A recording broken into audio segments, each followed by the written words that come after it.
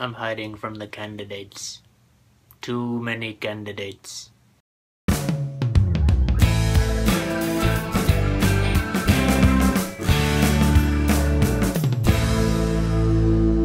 I'm Little Flavors. Welcome to another episode of the Motley Stew Show, where we talk about big stories in politics and news, try to dig a little deeper and get out of the echo chamber and see what's really going on, who we're really talking about, and why should we care. But this week, before I get into that story, I want to give a shout out and a congratulations to Ingrid Nilsson on her very brave, very courageous video. And if you haven't seen it, you should give it a look. Ingrid, welcome to the real you. And back to the candidates. Now, there have been a ton of candidates that have come forward in the last couple weeks, and I skipped doing the Get to Know Your Candidate video last week because of the fact that I was covering the Caitlyn Jenner story.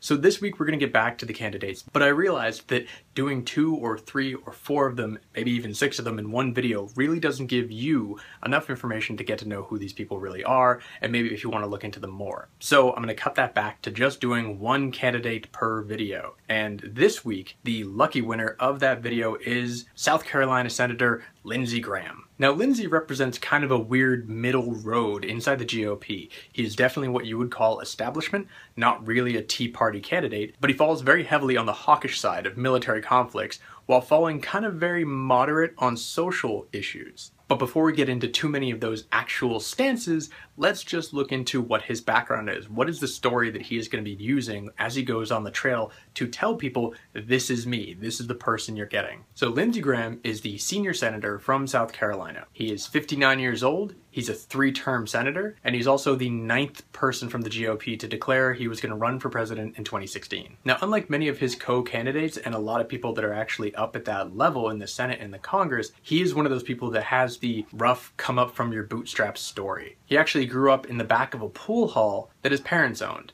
and his mom died from Hodgkin's disease when he was 21 years old. 15 months later, his dad passed away, leaving him with his 13-year-old sister, who later on he legally adopted so that he could pass on his military benefits to her in the time of his passing. Now, he gets those military benefits from serving in the Air Force, which up to the day that he announced he was running for president, he was still in. He resigned on the same day that he announced. And not to say that he got out just because of the race. He's 59, and the legal requirement for retirement from the Air Force is 60 years old, so he was bound to be out in about a few months anyway. Now, to a lot of people that follow politics today, he's mostly known for hawkish viewpoints on the military. He was and still is someone who can't seem to find a war he doesn't want to fight. He will put boots on the ground basically anywhere. So recently, while trying to let people get to know him in Iowa, which is the first state in the presidential race, there's what's known as the Lincoln Day Dinner, where a lot of GOP candidates get up and kind of do their thing. And then afterwards, they have booths out where everyone can kind of come and get to know them. And his booth was very popular. He was one of the most well-attended people at that conference that day. Now, how did he get such attention? Maybe it was quotes like this: "If I'm president of the United States and you're thinking about joining Al-Qaeda or ISIL, anybody thinking about that? I'm not going to call a judge. I'm going to call a drone, and we will kill you." Now, not only is that showing his hawkish viewpoint on the military and what he would do with military weaponry, but also it's a shot across the bow of one of his fellow contenders, Rand Paul, who himself is known for somewhat of an isolationist stance. Now, he made his announcement to run on June 1st from his hometown of Central South Carolina. While he brings up the story of that pool hall and his parents' early demise, he also talks about the pool hall on another occasion when he said this: "Everything I learned about Iranians, I learned working in the pool room," he said.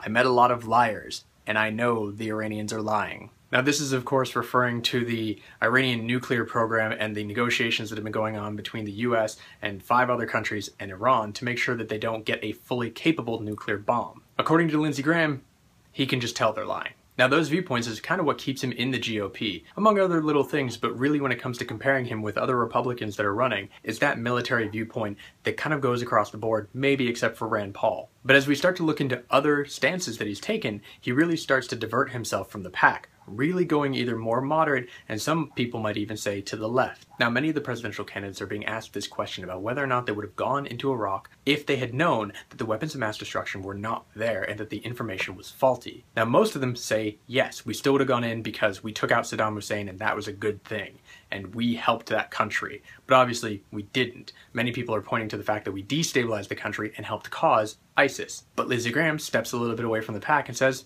Probably not. But it is to be pointed out that he was a huge supporter of going to Iraq at the time. And back in 1997, he was also part of a group that tried to oust Newt Gingrich as Speaker of the House. Now, he failed, but then he also gained prominence a little later when he had his part to play in the impeachment hearings on Bill Clinton. Now, again, stepping away from the Republican pact, he says one of the big issues in government right now is that the two parties are not working together enough. In fact, they're barely working together at all.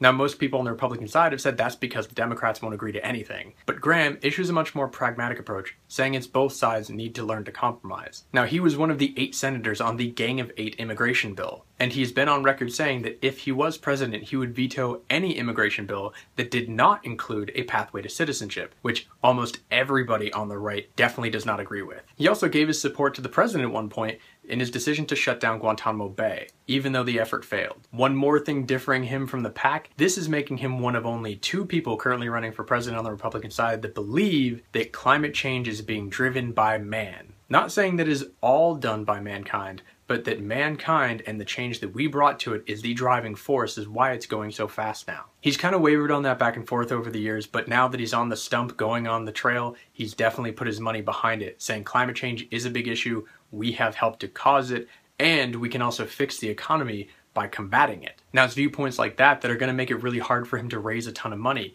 because the fossil fuel industry, which would be very much harmed by climate change legislation, put $721 million into the 2014 midterms, basically to get politicians elected that would leave their businesses alone. He's also gone on record urging Congress to pass the Simpson-Bowles budget plan, which includes several tax increases. Again, pretty much opposite to anyone else in the Republican Party. And then, as a little throw to my show last week, Lindsey Graham also is quoted saying that if Caitlyn Jenner wants to be a Republican, she is welcome in his party. Now, he said that in an interview with CNN's Dana Bash, but he also went on to say that he believes in traditional marriage, meaning one man and one woman, and doesn't support same-sex marriage. Now, during his time in Washington, he's also come to be known as someone who throws out some really strange statements and ridiculous sentiments that sometimes come back to bite him. Here are just a couple of those. Al-Qaeda, Al-Nusra, Al-Qaeda in the Arab Peninsula. Everything that starts with Al in the Middle East is bad news. The last place in the world you want nuclear weapons is the Mideast. Why? People over there are crazy. Now, on the trail, he's probably going to have to watch what he says a little bit better than that. He also has a very interesting relationship with Fox News. Now, most Republicans love Fox News, but he actually has a much more nuanced approach. He really doesn't like the idea that Fox News plays such a big part in polarizing the country. He puts them on the same level as MSNBC, saying people like Sean Hannity and Rachel Maddow are part of the reason why the country is so polarized. Now, personally, I would not put Sean Hannity and Rachel Maddow together in the level of polarization that they bring. Hannity is much more vitriolic to the left than Rachel Maddow is to the right. But that's just my opinion. But in continuing to say that he thinks Fox needs to back off, he's also appeared on Fox 72 times since Obama's second inauguration. So he differs from the main message of Fox News on climate change and on immigration, but what he loves them for is Benghazi. It's a perfect fit for his hawkish military viewpoint, and it's a perfect way for him to attack Hillary Clinton. And going back to his efforts to go after his main rival in this contest, which seems to be Rand Paul, he also says he does not support the fact that they've rolled back the NSA powers,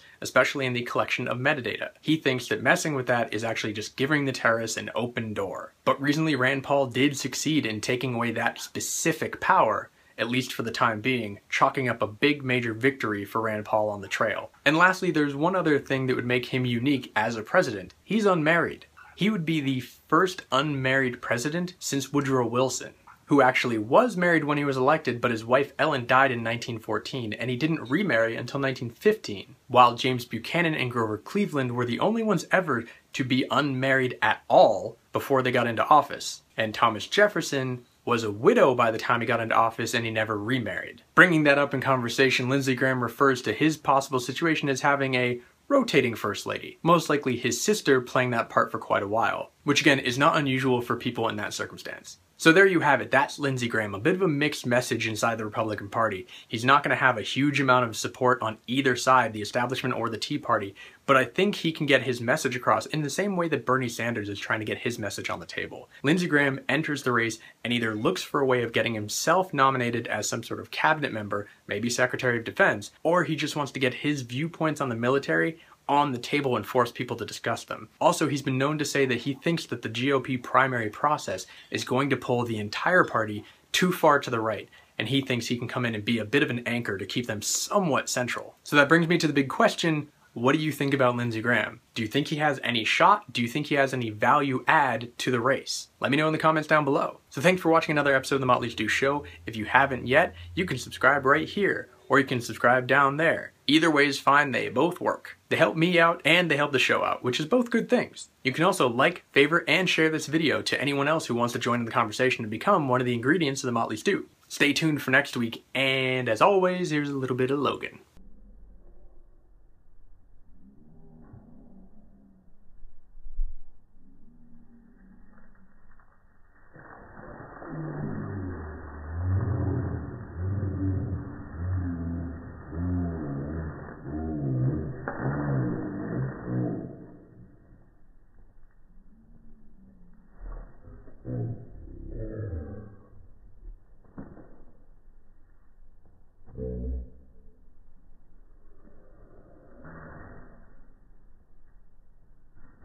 Hi, my little flavors. Welcome to another someday I will get that right on the first try.